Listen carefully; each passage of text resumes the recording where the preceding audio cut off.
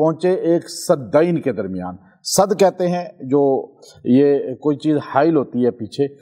دو پہاڑ ہو یا دیوار ہو، اسے سد ہی بولا جائے گا. دو پہاڑ تھے، دو پہاڑ اس طرح تھے، بیچ میں سے یہ راستہ نکل رہا تھا، دو آبا یا اسے دو پہاڑوں کے درمیان. اب یہ پہاڑوں کے درمیان میں اس طرح کی سدین تھی، یہ سدین. تو وہاں پر آپ نے کیا، وجد من دونہما قوما، وہاں آپ نے ایک قوم کو پایا. وہ قوم کیسی تھی؟ اب ان کو تو زبان آتی نہیں تھی ان کی، نہ ان کو ان کی زبان آتی تھی، نہ بیچ میں کوئی ٹرانسلیشن کرنے والا تھا. تو اب وہ قوم جو ہے کس طرح بتایا اس نے؟ ایک تو ہوتا ہے زبان نہیں آتی، ایک ہوتا ہے کہ چلو ان کو زبان نہیں آتی. یہاں یہ حال تھا، لا یکادون یفقہون قولا، انہیں ترتیب ہی نہیں پتہ تھی بات کیا ہوتی ہے، بات کرنا کیا ہوتا ہے، گفت و شنید کیا ہوتا ہے. انہیں کوئی آداب ہی نہیں پتہ تھے، انہیں کلام کرنے کا ہی نہیں پتہ تھا. وحشی قوم تھے، جٹ قوم تھے، بالکل جنگلی تھے وہ، اور وہ وہاں پر جو ہے بس رہے تھے. اب یہ آپ اگر دیکھیے، وہ تو اس زمانے کی بات ہے، یہ 2500 سال پرانی بات کر رہا ہے قرآن.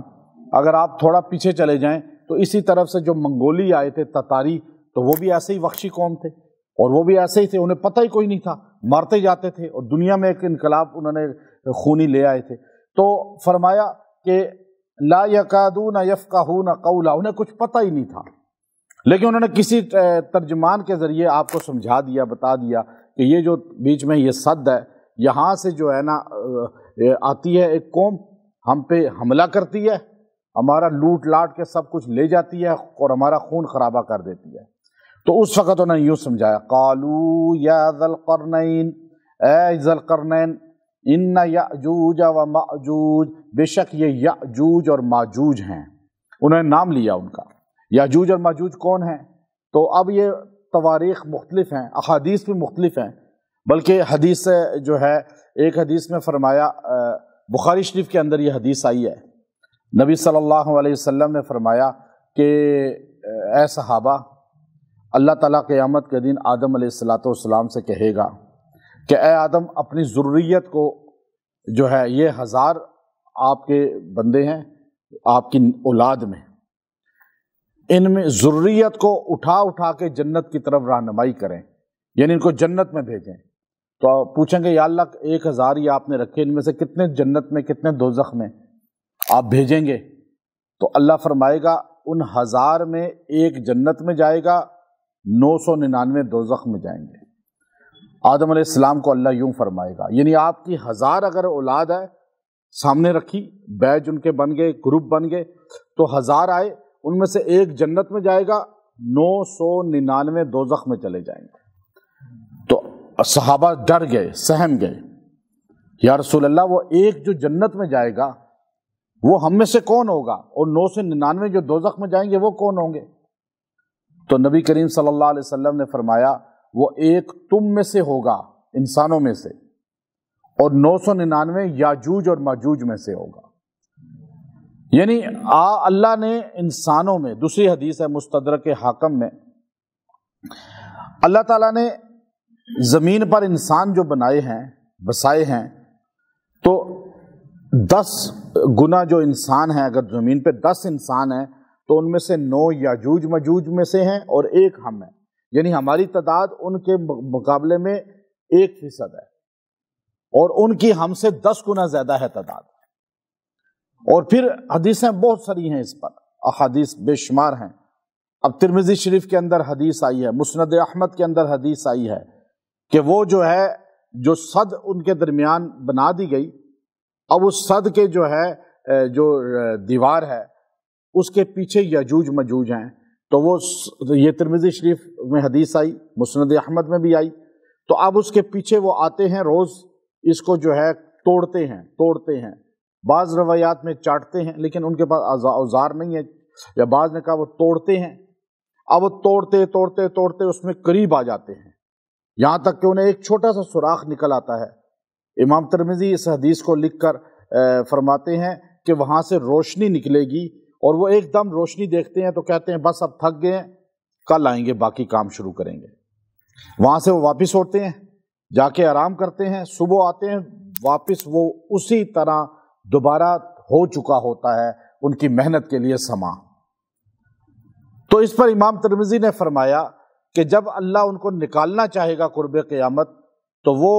جب سارے توڑتے توڑتے توڑتے اینڈ پہ پہنچیں گے اور اسی طرح روشنی نمودار ہوگی تو ان کا بڑا کہے گا کہ اب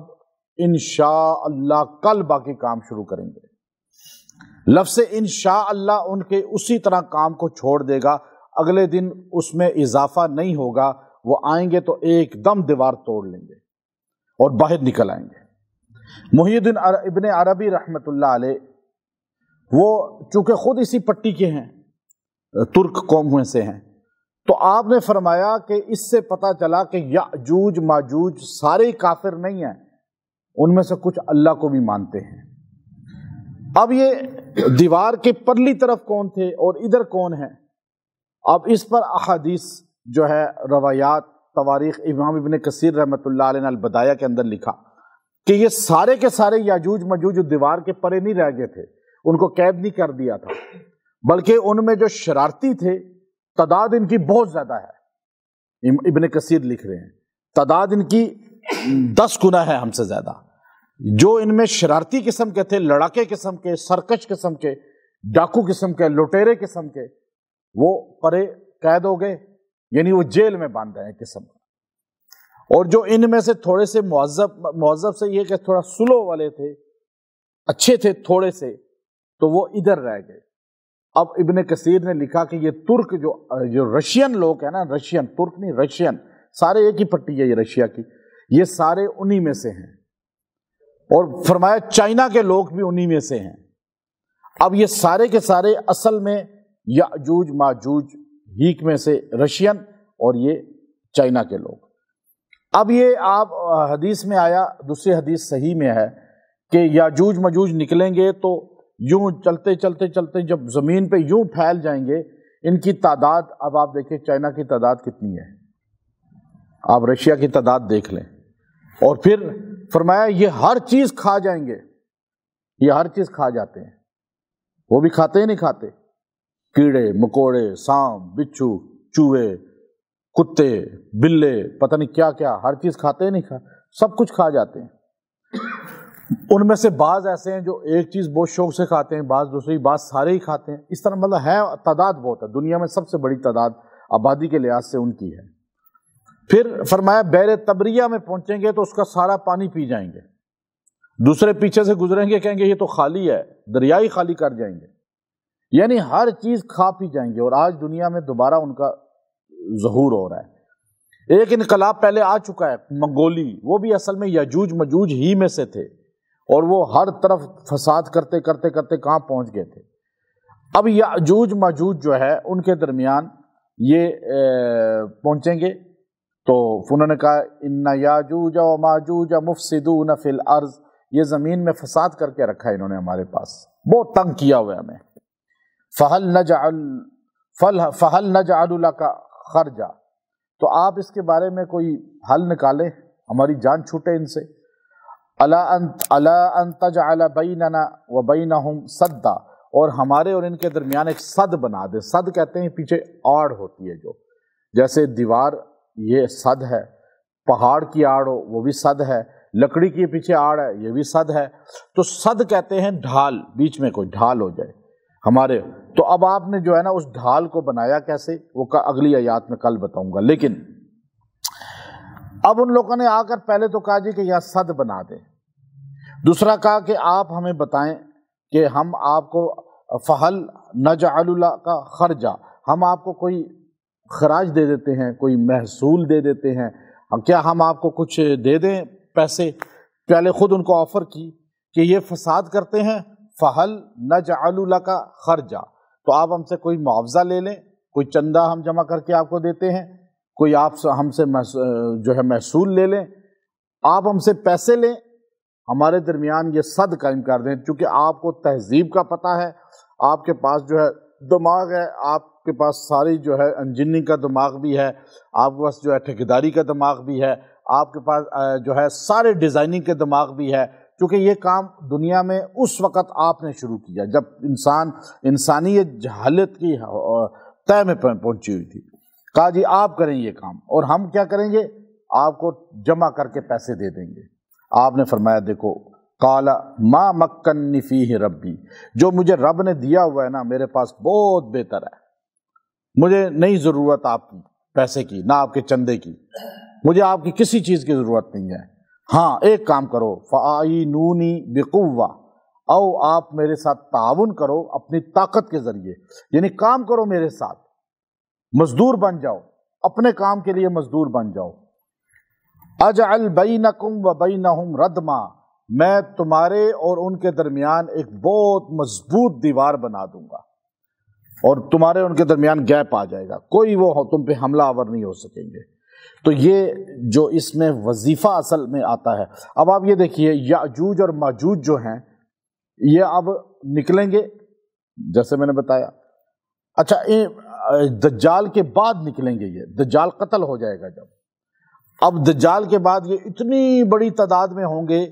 کہ عیسیٰ علیہ السلام اور جو ان کے ماننے والے ہیں، کیونکہ اس وقت دنیا میں سارے عیسائی مسلمان ہو جائیں گے، دنیا میں کوئی یہودی زندہ نہیں بچے گا،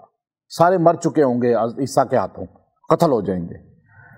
یہاں تک کہ حدیث میں آتا ہے یہ جو درخت ہے برگد کا، اس کے اندر سے آوازیں آئیں گی میرے پیچھے چھپا ہوا یہودی سے پکڑ لو، اور سارے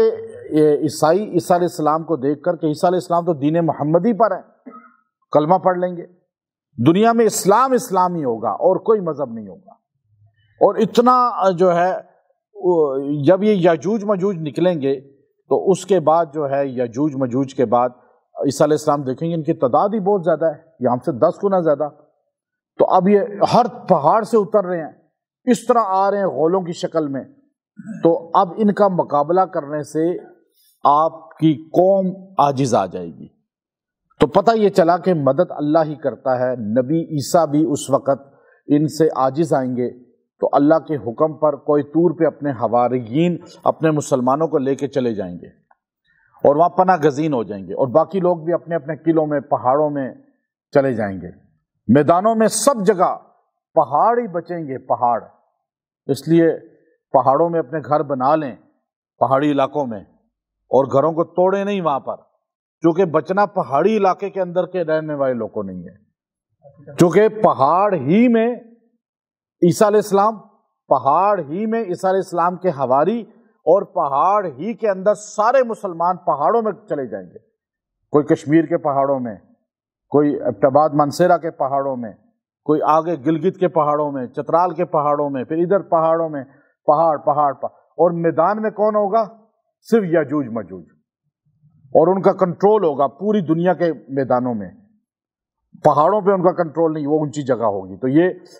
قلعے اوپر قلعہ بند ہوں گے۔ اب یہ زیادہ لمبے جا تو سکیں گے یہ، لیکن اللہ کا نظام ہوگا، تو عیسیٰ علیہ السلام اس وقت جو ہے دعا کریں گے اللہ سے، تو بیت المقدس کا ایک پہاڑ ہے، اس پہاڑ پہ یہ لوگ چڑھیں گے پہلے، یاجوج ماجوج، اور کہیں گے ہم دنیا میں تو فتح کر لی ہم نے، زمین والوں کو ہم نے ہرا دیا، شکست دے دی، اب آسمان والے کو شکست دیں گے، اور وہ پہاڑ پہ چڑھ کے آسمان کی طرف تیر چلائیں گے، تیر چلا رہے ہوں گے، اوپر سے تیر واپس آئیں گے تو ان میں خون لگا ہوگا اللہ کی قدرت سے، اب وہ زمین پہ خون گرے گا اور وہ تیر گریں گے تو یہ کہیں گے دیکھو ہم نے آسمان والے کو بھی مار دیا، شکست دے دی، لیکن وہ ایک وائرس ہوگا، اس خون کے ساتھ، بلڈ کے ساتھ ایک وائرس آئے گا زمین پہ، جیسے پہلے ابھی گزرا ایک وائرس، یہ اس کی ایک جھلک اللہ نے ہمیں دکھائی ہے کہ آج اگر یہ وائرس سب کچھ بند کر سکتا ہے تو کل کیوں نہیں کر سکتا۔ تو